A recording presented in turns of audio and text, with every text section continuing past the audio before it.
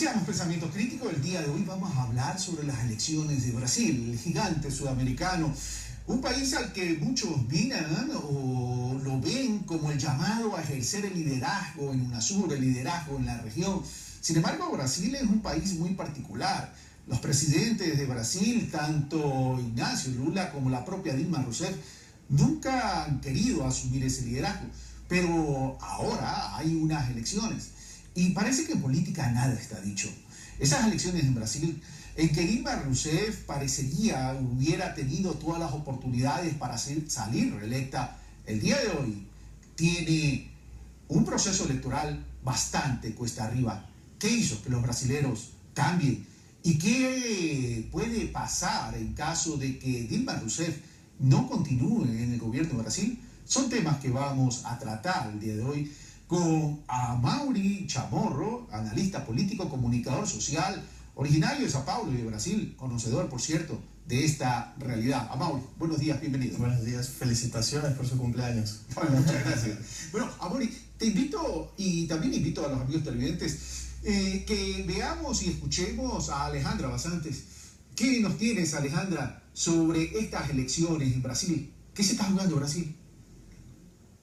Otro de los temas que se tratarán este día dentro de nuestro espacio de entrevistas se enmarca en las próximas elecciones en Brasil, que se realizarán el 5 de octubre y donde dos candidatas de izquierda aspiran a ser electas para un nuevo periodo de gobierno. Se trata de Marina Silva, quien postula a la presidencia por el Partido Socialista Brasileño PSB, y Dilma Rousseff, la actual presidenta y candidata a la reelección por el Partido de los Trabajadores PT. La intención de voto actual va a favor de Marina Silva, quien según encuestas subió entre el 18 y 29 de agosto de 21% a 34% en el primer turno, mientras que Rousseff cayó 2 puntos porcentuales, la misma que ha sufrido varias críticas por su gobierno. Además, estas elecciones serán las más caras de la historia de Brasil. Su costo será de unos 31.500 millones de dólares. Una cantidad suficiente para financiar durante 6 años el principal programa social del país, el Beca Familia. ¿Cómo se desarrollan las elecciones en Brasil? ¿Cuáles son las posibilidades de Dilma Rousseff en ganar? Son puntos que se debatirán en Pensamiento Crítico. Así es, Alejandra, ¿cuáles son las posibilidades de Dilma Rousseff de ganar, de revertir esto que dicen las encuestas? Bueno, las encuestas tampoco tienen el 100% asegurado los resultados, pero aparentemente aquí ha habido un cambio en las preferencias electorales. Y Amaury Chamorro, en uno de sus artículos, tituló este artículo "Lo imprevisible cambia el rumbo de las elecciones en Brasil". Y es que la muerte del candidato presidencial, Eduardo Campos, produjo este cambio. Recordemos que Marina Silva fue o era la candidata a la vicepresidencia de Eduardo Campos. Al fallecer un trágico accidente, ella asume el reto de la presidencia. Pero ¿quién es Marina Silva? Marina Silva es una política ambientalista perteneciente al Partido Verde y también aparentemente una ferviente evangélica cristiana que ha dicho en más de una ocasión que antes de tomar cualquier decisión consulta a la Biblia, a las Sagradas Escrituras. Esa posición de ella o este pensamiento o esta creencia ha sido muy criticado en Brasil en algunos sectores, sin embargo sigue estando en las preferencias electorales. Y otro tema polémico que ella ha mencionado es estar en contra de la unión de los matrimonios de los sectores GBLTI, cosa que también ha generado cierto rechazo en estos sectores, pero sin embargo también sigue estando en las preferencias. Amaury Chamorro, lo imprevisible cambió las preferencias electorales en Brasil. Sí, realmente. La muerte de Campos fue una tragedia, ¿no? Pero Campos representaba en ese momento apenas el 9% de las intenciones de voto. Marina Silva tuvo en las elecciones anteriores, que también fue candidata a la presidencia contra Dilma, justamente el 20% de la intención de voto. Entonces, Marina asume el puesto, el PSB, el Partido Socialista Brasileño, la coloca como candidata, siendo que ella no es del partido, ¿no? Ella intentó fundar un partido que se llamaba Red Sustentabilidad, pero no consiguió las firmas necesarias para que el partido pudiera competir directamente en las elecciones. ¿Pero qué hace que esto dé un giro? Porque nosotros podemos entender que una muerte trágica genere un efecto de solidaridad, pero un candidato que tenía el 9% prácticamente sin ningún tipo de opción de ganar las elecciones, hace que su candidata a la vicepresidencia, que por más que haya participado en elecciones anteriores, hoy tenga un crecimiento abrupto y que sorprenda a todo Brasil y a Latinoamérica. Hay dos factores muy importantes. Marina, ella concentra una serie de posibles ansiedades de la sociedad brasilera, de personas que son afines de la izquierda, del PT, pero que de alguna manera se han decepcionado un poco con la forma de gestionar el país, pues, podemos decir así. Entonces, Marina es una ex miembro fundadora del Partido de los Trabajadores de Lula, fue ministra de Lula, y cuando ella rompe con el partido, ella concentra esa intención de cambiar, supuestamente ella habla mucho de la nueva política, de cambiar el país, ella no quiere reelegirse, caso, o sea, gane las elecciones ahora, ella no pretende postularse después. Entonces la sociedad brasilera y las personas que son de alguna manera simpatizantes a este proceso de cambio que hubo en Brasil, de esos 12 años del gobierno del PT, se apuntan a Marina porque ella supuestamente provee un futuro más participativo, más colaborativo, a donde las personas, los jóvenes de manera general, podrían participar más directamente en ese gobierno. A ver, pero hasta hace poco, para Latinoamérica y el mundo, Brasil, este gigante latinoamericano, estaba siendo un ejemplo en cuanto a política de desarrollo económico y desarrollo social. Por lo menos así se lo veía desde afuera. Ahora, hacia adentro, parece que las asimetrías sociales han pesado mucho a la hora de tomar decisiones por quién votar. La asimetría es una teoría bien interesante porque en ese sentido, lo que pasa ahora, bajo mi evaluación como comunicador, es que Brasil, el gobierno del PT, el partido y el gobierno federal han realizado los 4 años del gobierno de Dilma una comunicación que no ha sido eficiente en relación a promover y decirle a la población brasilera qué es lo que se ha hecho. O sea, por más que aquí en el Ecuador o en cualquier país se sepa que Brasil ha habido una migración económica de 40 millones de personas salen de la pobreza y son ahora clase media en Brasil, es una migración muy importante en términos de un universo de población. El problema es, y valga la redundancia, que el problema era mucho más profundo y estructural. Claro, o sea, hubo un proceso de mejora de las condiciones económicas y sociales del país, un proceso de inclusión, la cantidad de gente y de jóvenes que ahora están en las universidades es inigualable, son los menores índices de desempleo y todo lo demás, pero el gobierno federal y el PT dejaron un componente muy importante del proceso político de lado, que son las redes sociales. Dilma Rousseff gana las elecciones y el gobierno federal de alguna manera nunca tuvo una comunicación eficiente en las redes sociales, y el PT también dejó, yo digo que ha dejado esa clase media joven que no ha vivido, que no ha sentido el cambio de esa migración de los 40 millones de gente que ha salido de la pobreza y ahora son clase media, porque ellos ya han crecido dentro de esa nueva realidad, se han identificado, han dialogado mucho más con los movimientos sociales que de alguna manera han estado junto con Marina. Ahora, el tema de los movimientos sociales, Amaury, es que están jugando un rol importante. Recordemos que previo al Mundial de Fútbol, que también fue trágico para Brasil, por cierto, por tremenda derrota, los movimientos sociales se activaron, no solo por la crisis económica, sino porque consideraron que aquí no hubo una solidaridad con esas asimetrías y desigualdades que existen en Brasil al invertir tremenda cantidad de dinero, cuando eso pudo haber sido orientado a resolver temas estructurales en lo relativo a lo social. También, la juventud, todo comienza, es importante entender cómo comenzaron esos movimientos sociales, ¿no? Esas manifestaciones que estuvieron, yo estaba en Brasil el año pasado justamente en ese momento, todo comienza en São Paulo con una pequeña manifestación, unas 100 personas que fueron a reclamar que se aumentaría 20 centavos del real el precio del pasaje del bus. La policía del estado de São Paulo, porque la policía es comandada por el estado, no por la federación, o sea, no por el gobierno central, fue muy agresiva con la protesta, hubo una sensibilización y fue creciendo hasta que de repente todo el país fue tomado por una serie de manifestaciones que se juntaron en la calle. O sea, había gente que reclamaba, exigía un proceso de reforma política, que eso para mí es el tema central en realidad, lo que está siendo debatido en Brasil ahora. La reforma política, había un grupo de jóvenes que discutía y pedía, por ejemplo, el pase libre, que los estudiantes no pagaran el bus para poder ir a las escuelas. Había gente que reclamaba de la corrupción, habían grupos que defendían el matrimonio igualitario. Entonces, una serie de demandas reprimidas de la sociedad, del joven, clase media, no del joven que está ascendiendo, o sea, que es de clase de extractos D, C y D, sino la clase de clase media, media alta, fue la que estuvo en la calle, ¿no? Eso es importante recalcar, porque esa gente es la que de alguna manera está afín a votar por Marina, pero de alguna manera Marina ha traído una serie de contradicciones, ahora por ejemplo con la cuestión del matrimonio igualitario, donde lanza su programa de gobierno, y durante el día a donde lanza el programa de gobierno con las propuestas de qué es lo que quiere implementar caso sea presidente de la República, ella indica que apoyaría el matrimonio igualitario, o sea, el matrimonio real. Ahorita en Brasil existe la unión estable entre personas del mismo sexo, pero ella promovía el matrimonio igualitario.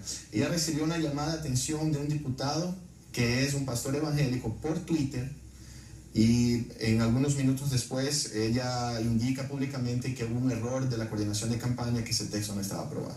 Entonces eso demuestra una serie de contradicciones, como por ejemplo su candidato a vicepresidente de la República es un defensor de la industria agrícola brasilera, que es responsable por el gran desastre de la destrucción de la Amazonía en Brasil. Y ahí hay la contradicción en cuanto a su visión, porque ella es una política ambientalista. Claro, ella yo digo que es hija política de Chico Méndez, que fue un gran ambientalista asesinado justamente por defender la Amazonía. Ahora, pero Marina Silva viene del mismo proyecto de Lula da Silva y se supone también de Dilma Rousseff. ¿Cuáles son los elementos diferenciadores entre Marina da Silva y Dilma Rousseff en este momento? Yo puedo decir que Dilma fue toda la vida una gran gestora, ¿no? Ella nunca había participado de ningún pleito, nunca se había lanzado candidata a nada, hasta que, yo digo que por coincidencias de la vida, ella era ministra jefe de la Casa Civil, que al Ecuador es proporcional a ser el secretario nacional de la Administración Pública, después de una serie de problemas a donde Lula perdió prácticamente todo el primer escalón del gobierno por un proceso judicial, tuvieron que renunciar.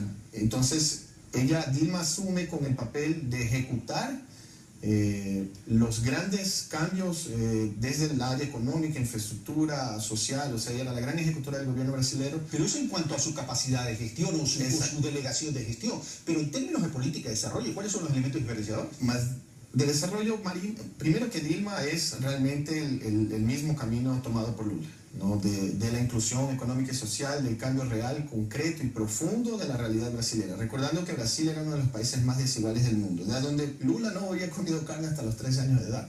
Y eso era una realidad que hasta 10 años era muy común. Las áreas más pobres de Brasil es como que si uno estuviera en Haití, en África. O sea, ni África, inclusive en algunos países llegaba a la miseria tan extrema como tenía Brasil. Después del gobierno Lula, realmente hubo un cambio profundo en esa realidad. Existe pobreza en Brasil, pero no en esa magnitud ni en esas proporciones. Ahora Dilma, Dilma le da continuidad a ese proceso y un proceso de modernización de la infraestructura del país. Lo que sucede es que al joven brasilero, a donde ya nace teniendo opciones de estudiar, tengo opciones de trabajo, no hay prácticamente desempleo, no es que no hay desempleo, existe un volumen de desempleo muy bajo, donde no quita esa visión de futuro del joven en términos de que yo termino mi universidad y voy a poder trabajar, yo ya estoy trabajando. O sea, no hay una visión de que económicamente Brasil está en una situación difícil. Esa es una proyección muy construida también por los medios de comunicación, que de cierta manera son alineados a la derecha brasilera, y eso es muy claro. En Brasil es muy sensible. La familia más rica de Brasil es la dueña de la red de Globo, a donde Marina, ella trae de ese joven la posibilidad de lo subjetivo, de lo intangible, de cambiar un país. Ella tiene un discurso no tiene visiones concretas, por ejemplo, en lo económico, en lo social, vamos a invertir tanto en empleo.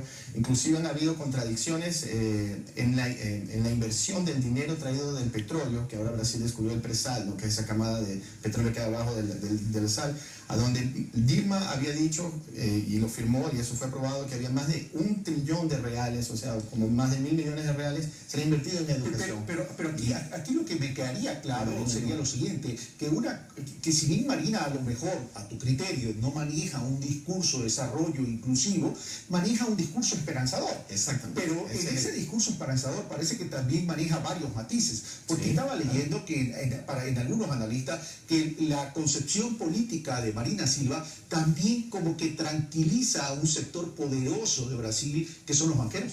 Claro, la coordinadora de campaña de Marina es la dueña del mayor banco de Brasil, que debe 7.000 millones de dólares en impuesto a la renta al gobierno.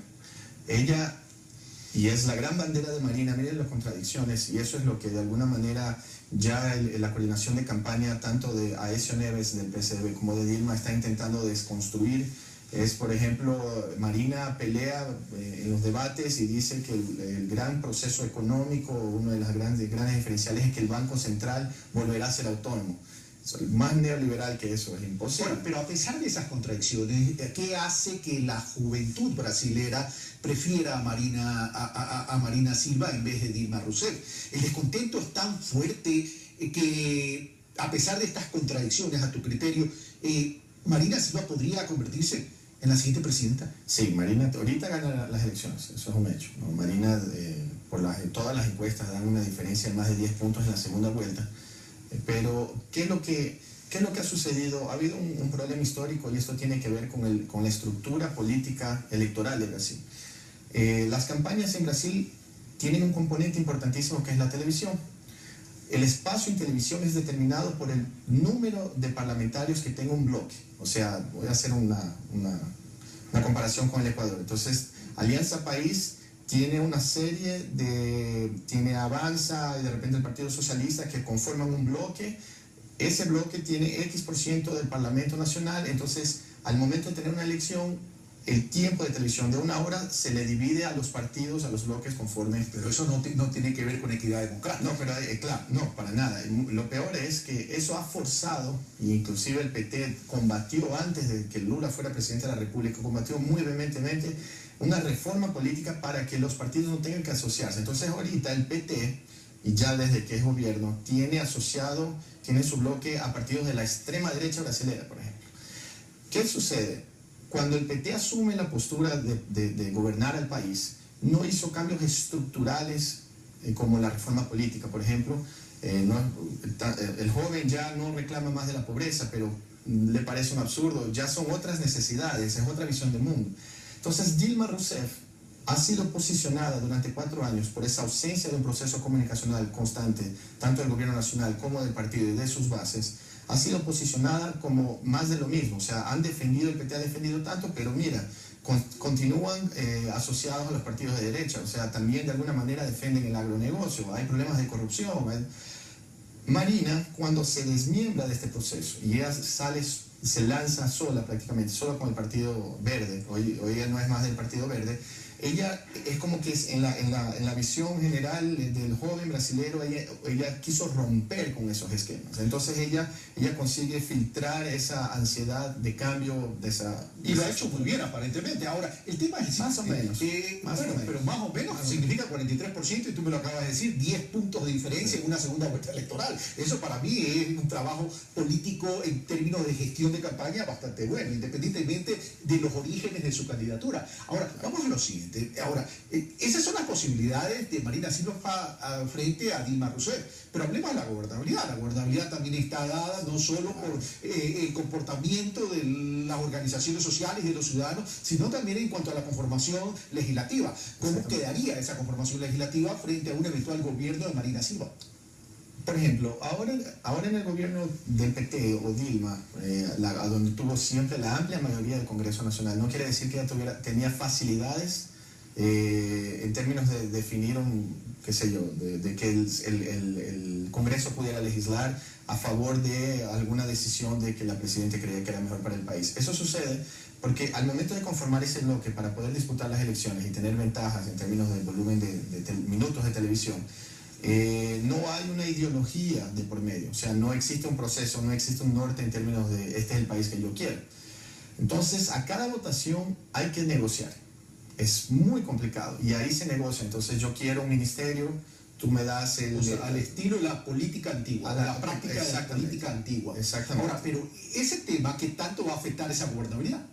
Y ahora peor con Marina, porque Marina, si gana las elecciones, el PSB es un partido realmente muy chiquito en Brasil, y que no va a conseguir, igual con su coligación, como se dice en portugués, o sea, su bloque que va a disputar el Congreso, tanto el Senado como la Cámara de Diputados, no va a conseguir la amplia mayoría, o sea, va a tener mucho más dificultad de poder gobernar, pero Brasil permite, políticamente es muy fácil que después que Marina sea haga un tipo de acuerdo y exista una migración y se conforme un bloque. Y ya para ir concluyendo esta entrevista a Mauri, Brasil se ha caracterizado por una política exterior bastante fría pero cerebral. En ese sentido, ¿tú prevés que un triunfo de Marina Silva le haga dar un giro a la política internacional de Brasil y específicamente te pregunto sobre el liderazgo de UNASUR en la región de América Latina y el Caribe? Una muy buena pregunta. Hasta ahora Marina no se ha posicionado y el tema internacional como relaciones internacionales, no económicos, sino estamos hablando sobre temas políticos internacionales, no ha entrado al debate en Brasil. O sea, la situación es tan compleja ahorita, tan tensa, y los asuntos internos han pautado tanto el debate político, que realmente Marina no se ha posicionado. Bajo mi evaluación, los sectores de la derecha están muy metidos en la campaña de Marina. Eso es un hecho.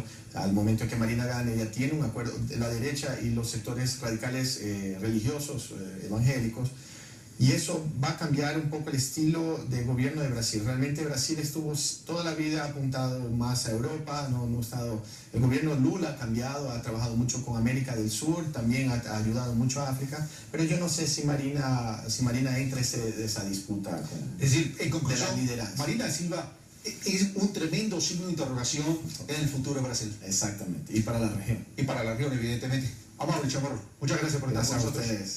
Bueno, amigos televidentes, esto fue Pensamiento Crítico, soy Carlos Rabascal. A propósito, habíamos anunciado la entrevista con María Fernanda Espinosa, ministra de Defensa Nacional.